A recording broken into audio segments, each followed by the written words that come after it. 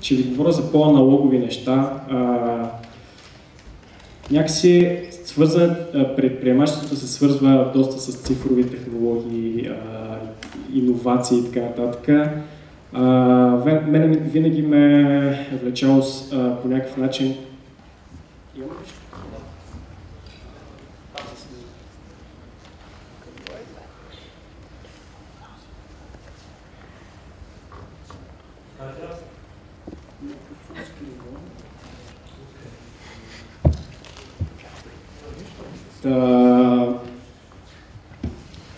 Аз принципно произхождам от спортно семейство. Баща ми е бил дълги години национален треньор по гребане.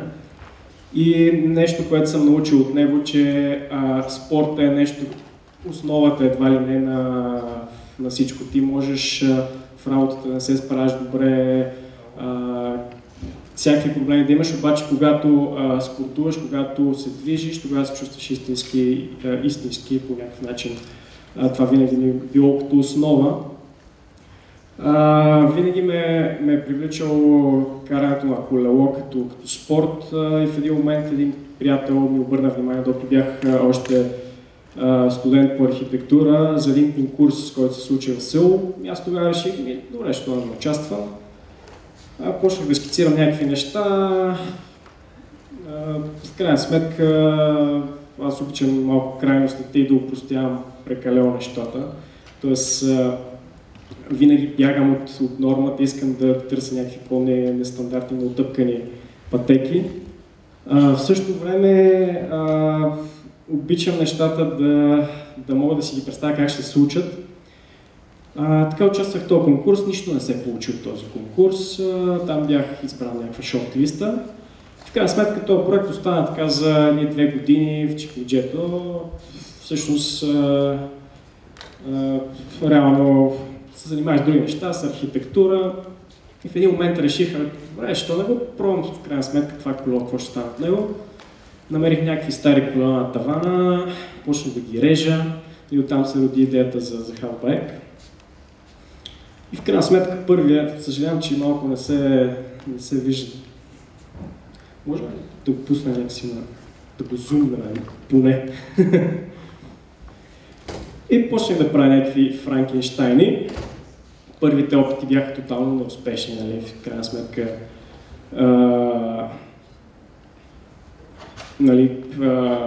Първите опити бяха много важни от това да се науча в крайна сметка какво представлява идеята извън лист хартия и как тази идея реално те блъска в реалния живот. Това бяха първите прототипи. Идеята някакси много бързо се разви от прототип на прототип, защото някакси стана доста като някаква игра, какво ще стане, ако сега сложа каква си част и така нататък. И в крайна сметка, от прототип на прототип, в крайна сметка се появи един модел. Това беше едно балканче, което е по-надолу. Това е едно балканче, което е се рязано на две, взето от женски пазар за 8 лева. Отзад има едно дървено трупче, една скейт машинка от скейтборд от един приятел. Всъщност това беше първото караемо колело, което по някакъв начин беше голям кеф, нали, да подкараш нещо, което реално ти си го направи и няма такова нещо. Най-големият стимул за това да тръгна да го правя това нещо, защото по някакъв начин усещаш, че създаваш някаква нова категория. Ние по някакъв начин не се съобразяваме с някаква индустрия на пазара, а се опитахме нещо изцяло ново да създадем, независимо въобще не покаже какво ще кажат хората, дали ще решим някакъв световен проблем. Важното мотиватор беше да ни е забавно, да караме хората да им е забавно, да спортуват и да откриват нови сетива в себе си по някакъв начин, да ги провокира да се движат. И така в един момент доста колела пострадаха покрай прототипите. Още тук някакви вече почват да се оформят като продукт колела, още така доста трудно караеми от повечето хора. И всъщност това коло, което... Да. Страхотно. Да, това коло вече беше първия прототип, който решихме, добре, има някаква визия, ние си го правим, ние контролираме целият процес, нали, не го даваме някой подизпълнител да го създаде. Решихме в един момент да кажем, да видим как ще реагира пазара, да го представим на света и решихме да пробваме в формата на Kickstarter. Пуснахме го, правихме едни страхотни проучвания, цени и така нататък и в крайна сметка млади зелени, въобще нямахме никаква представа от производство. Решихме да се презастраховаме, така пуснахме го една солидна цена от $1000. 900 $1000 толкова. И нали, тотално нонсенс някой да си го купи това нещо, обаче Kickstarter прави чудеса. Хората точно това обичат да търсят някакви нови неща, които да пробват. И в крайна сметка успяхме да съберем целта си, която беше $80,000. Това стана много, много мъчително, много бавно във времето, този един месец, който течеше кампанията. Беше най-дългия месец в живота ми реално. Обаче успяхме и това бяха парите за първите 100 бройки. Имахме едно лято да се блъскаме, да си блъскаме главите, да произведем 100 колела. Всъщност това се случи в едно помещение, 12 квадрата, нали, защото всеки може да стартира бизнес в гараж, обаче това е по-малко от гараж. Така че аз и моя съдружник Михаил Кленов решихме да стартираме това нещо, като да реализираме този продукт, нали, защото за нас беше много важно хората да си получат това, което са дали пари, това доверие, което са ни дали, реално ние да го материализираме по някакъв начин. Сблъсъка с цялото производство беше страшно сложен, защото нали, едно е да направиш кълъвче за телефон, нали, да го пуснеш да се принтира, да направиш формичката и после серийното производство. Нали. Друго е да направиш колело, което ще го карат всякакви хора, ще го блъскат, ще го карат по всевъзможни начини, така че ние искахме и да е здраво, и да е удобно за каране. И в крайна сметка почна производство. Това е тук, както виждате, първите копия, които се появиха от китайци, почнаха да ни копират. Беше някакво странно, такова като усещане. Почнахме да си говорим за тях, нали, какво става. Но случва се и това. В крайна сметка това по никакъв начин не ни повлия. Даже ни забавляваше, защото виждахме някакви такива доста модифицирани, усъкътени вариации на нашата идея. Текстовете директно ги копираха от нас. Нали. И в крайна сметка това е част от играта. Нали, това всъщност гумите, където ги виждате, това е стаичката, която сглобявахме колелата. 100 колела са минали през тази стаичка. Не ни питайте чисто логистично как това се случи. Добре, че имаше височина тези гуми, които виждате, това е нашия клауд, както се базикаме. И в крайна сметка от Kickstarter кампанията до това, което пратихме, имаше голяма еволюция в колелото, защото то се развиваше през цялото време. Направихме го с гаваема дръжка, менихме страшно много неща по рамката и така нататък. В крайна сметка най-сладкият момент, когато нещата бяха по кашоните и трябваше да ги пратиме из цял свят. Мина цялото това нещо, октомври месец хората си получиха колелата. За наше щастие реакциите бяха изцяло положителни. Нали, имаше хора, които малко в началото им беше трудно да го подкарат, защото наистина то е нищо общо с колело, всичко трябва да се забрави. Изцяло почваш да учиш едно умение, което е, както примерно си детенце и почваш да учиш колелото, то те мъчи и падаш и така нататък. Това по някакъв начин ти е мотивация, нали, да тръгнеш, обаче когато го усвоиш, когато почнеш да караш, да завиваш и успееш да го подкараш реално, кеф е голям. Със всеки ден, нали, като го караш колелото, откриваш откриваш нива, реално, които не си подозирал, че може да ги има. И така всъщност междувременно с целият опит, който имахме от тези произведени 100 кола, защото реално аз и моят съдружник ги направихме с двете си ръце, деца казва, нали, с много подизпълнители, заварчици и така нататък. Обаче цялото асемблиране беше проконтролирано от нас, всичките части поставени в кашона от нас. В крайна сметка се роди идеята съвсем естествено от пробите и от грешките от предишния процес се роди Half-Bike 2, който беше тотално редизайнът като продукт, с изцяло нова конструкция, много голяма част от компонентите реално ние си ги произвеждахме, защото за първия модел разчитахме от страшно много производители на части, които ги внасяме. Трябваше да минем през, както каза Наков, всичко минаше през нас. Счетоводство, внос от Тайван, митници, декларации, всичко до едно минаше през нас. И в крайна сметка осъзнахме, че трябва повече неща ние да зависят от нас и да се правят тук в България. Това може би е едно от колелата, българските колела, от малкото колела, които имат произведена рамка в България, защото повечето неща се правят в Китай. И в крайна сметка решихме да направим втора кампания. Оптимизирахме, нали, тотално цената, производствения процес, който беше на базата на това. В крайна сметка цената стана дори малко по-малко от половината от предишната кампания. Пуснахме го проекта и за 12 часа рано покрихме целта, която си бяхме поставили. Ние не можахме да повярваме. Гледахме брояча на Kickstarter как само се променя. Следващите дни реално това не затихваше, защото си мислихме, нали, че така първи ден, популярно, нали, има медийна вълна. В крайна сметка това продължи и в един момент, нали, претръпнахме, окей, в крайна сметка каквото стане.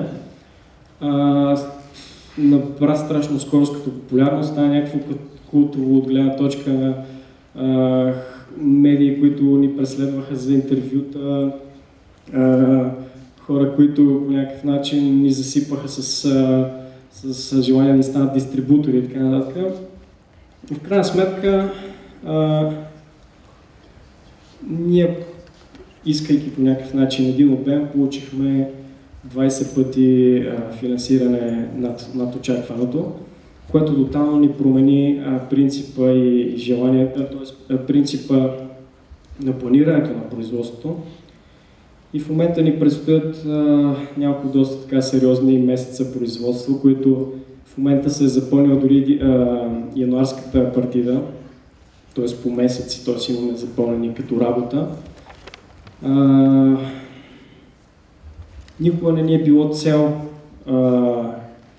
не са ни били цел цифрите. За нас винаги е било важно да създадем един продукт, който да е качествен, да е иновативен, да няма нищо общо с това, което се предлага, да вървим по някакви неотъпкани пътеки, да караме хората да се усмихват по някакъв начин, да играят. Това беше една от основните начини да представим продукта си като средство, което те изкарва тотално от рутината, от релсите, от това, което ти казват другите, че е правилно, че по някакъв начин така трябва да се забавляваш, така трябва да караш колело, така трябва да изглеждаш.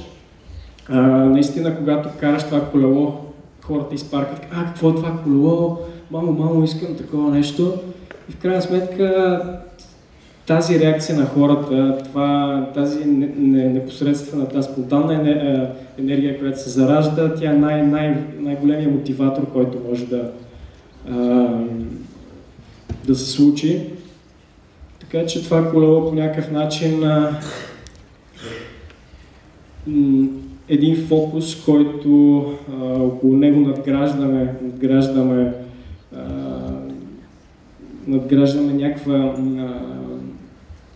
някакво като общество, което се заражда и това за нас е най-ценно. Надявам се по някакъв начин всеки, който който има някаква цел да не се влияе толкова от другите, какво му казват, дали да го е страх, че по някакъв начин се изложи. Просто не трябва да се отказват. С упоритост нещата стават. При нас, принципно, аз мога да се откажа още на първите прототипи, които бяха некараеми.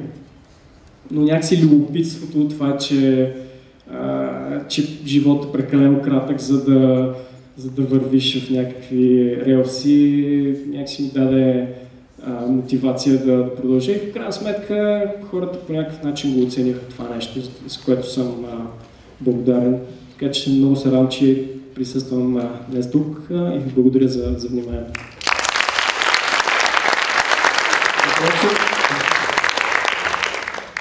Каква скорост развива това колело? Много голямо. Използваме стандартна предавка като на стандартни колела, така че човек, ако реши, може да вдигне голяма скорост, но в крайна сметка зависи от човека. Трябва внимателно се подхожда все пак. Да. Имам два въпроса, те са свързани с Kickstarter. Да.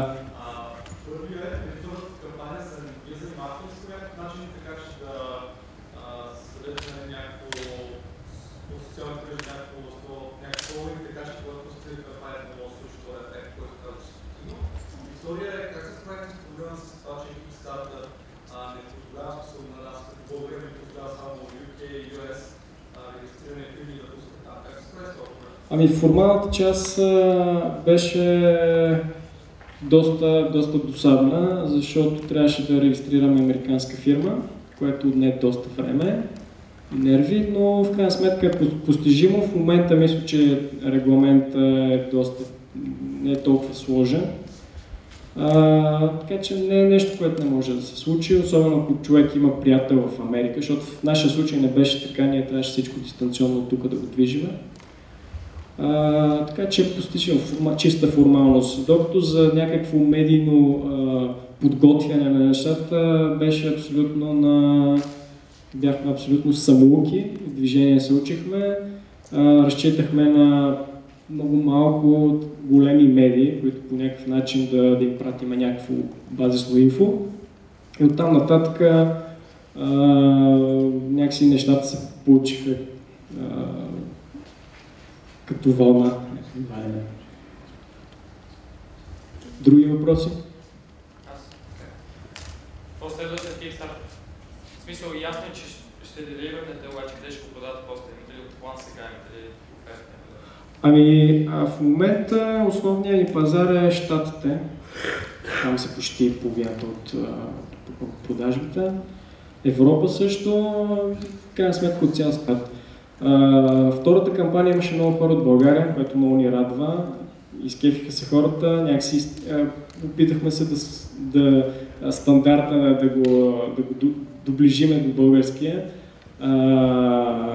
Така че чакат ни много сериозни месеци работа и намерили сме сега доста яко място, къде това се случи. Искаме по някакъв начин да събереме готини хора, които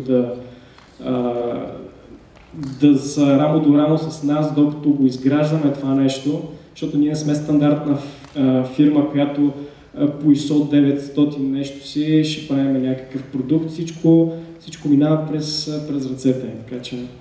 По-скоро преди къде планираш да го продаваш след това? Откъде сега мога да си го купя? В момента от сайта и основно разчитаме на дистрибутори. Имаме страшно много запитвания от цял свят. Хора, които просто по абсолютно стандартен принцип се случват нещата. Другото нещо, което е много важно за нашия продукт е да си намерим хора като посланици, които по определен принцип, примерно, като успеят да зарибат някой, те да получават част от продажбите и така нататък, защото в крайна сметка много е важно човек да го пробва това колело. Не можеш някъде по картинки онлайн изцяло да се довариш на това нещо. Като видиш 2-3 покрай тебе да минат и кажеш, моля ви, пробвам това нещо. Някакси е готино. Последен въпрос, какво правите с патентите? Как се пазите от Ами, от китайците не може да се опазиш. За Щатите и Европа основно сме защитили нещо. В крайна сметка, дори да имаш всякакви патенти, от опита, който имам и хора, с които съм си говорил на тази тема, е почти малко е тъпа системата като цяло.